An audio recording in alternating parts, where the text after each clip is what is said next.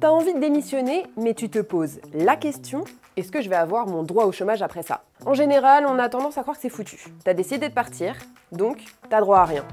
Mais en réalité, c'est un petit peu plus complexe que ça. Il existe plusieurs situations où ta démission peut être reconnue comme légitime. Et dans ce cas, tu peux quand même toucher les allocations chômage. Alors aujourd'hui, on va voir ensemble toutes ces exceptions.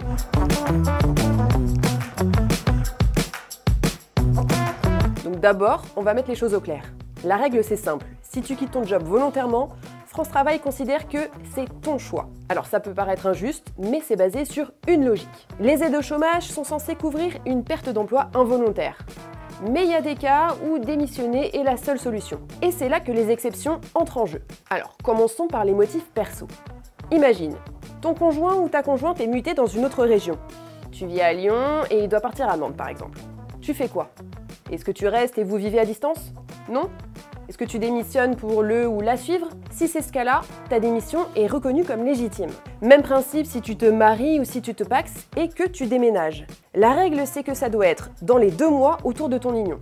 Entre 2 mois avant et 2 mois après. Il y a d'autres cas de raisons personnelles, par exemple, les violences conjugales. Si tu dois déménager pour te protéger, l'administration prend ça en compte. Idem si tu as par exemple un enfant handicapé qui est admis dans un établissement loin de chez toi. T'as pas vraiment le choix, donc ta démission peut être couverte. Et ça marche aussi si tu es mineur et que tes parents déménagent ou si tu es jeune majeur protégé et que ton tuteur déménage. Bref, l'idée, c'est que quand ta vie perso t'oblige à bouger, on considère que c'est pas une démission, par confort. Passons maintenant aux motifs pro. Et là aussi, il y a des cas très concrets. Par exemple, ton employeur ne te verse pas ton salaire. T'as une décision de justice en ta faveur, mais il ne paie toujours pas. Bah, tu vas pas rester bosser gratuitement. Bah ouais, logique.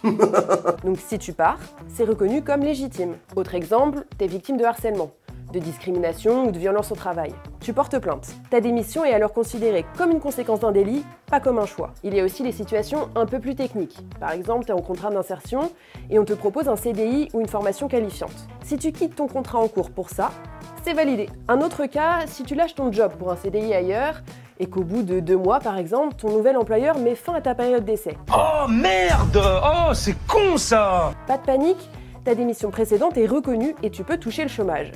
C'est une sorte de filet de sécurité parce que tu avais repris un nouveau poste. Et tout ça, ça permet de protéger tous ceux qui enchaînent les contrats. Depuis 2019, il y a un dispositif très intéressant, c'est la démission pour reconversion. Alors concrètement, si tu veux changer de métier ou carrément te lancer dans une nouvelle voie, tu peux démissionner et toucher le chômage. Mais alors attention, ça demande une vraie préparation. Il faut d'abord monter un dossier avec un conseiller en évolution professionnelle, puis le présenter devant une commission régionale Transition Pro, qui juge si ton projet est réel et sérieux.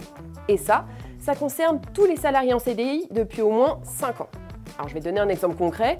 Par exemple, si tu es comptable depuis 6 ans, mais ton rêve c'est de devenir pâtissier, tu prépares une formation, tu montes un dossier, et si la commission valide, tu peux donc toucher le chômage le temps de ta reconversion. Et ça, c'est une sécurité énorme. Depuis 2019, il y a un peu plus de 51 000 personnes qui en ont déjà profité, et en 2023, c'était 17 500 nouveaux bénéficiaires. C'est pas massif, mais ça montre que ça marche. Dans la même logique, si tu veux créer ou reprendre une entreprise, c'est possible. Mais là encore, il y a des règles strictes. Tu dois monter ton projet avant de démissionner et de le faire valider par une commission. Et attention, il ne faut pas que ton entreprise soit déjà créée avant ton inscription à France Travail. Sinon, tu perds tes droits. Par exemple, tu veux lancer ton propre food truck.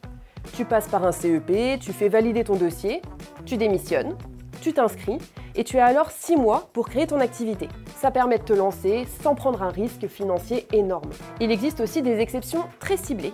Par exemple, les assistants et assistantes maternelles. Si l'employeur refuse une vaccination obligatoire pour les enfants, tu peux démissionner sans perdre tes droits. Pour les journalistes, il existe aussi des exceptions.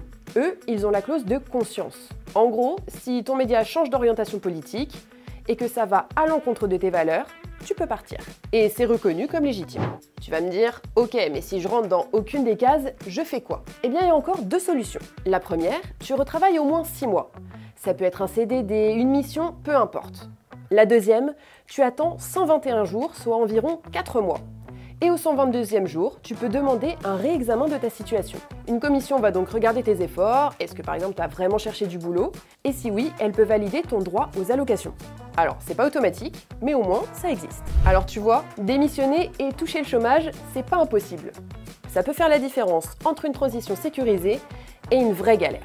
Et si tu veux d'autres vidéos sur le monde du travail, abonne-toi parce qu'on va continuer à décortiquer tout ça ensemble.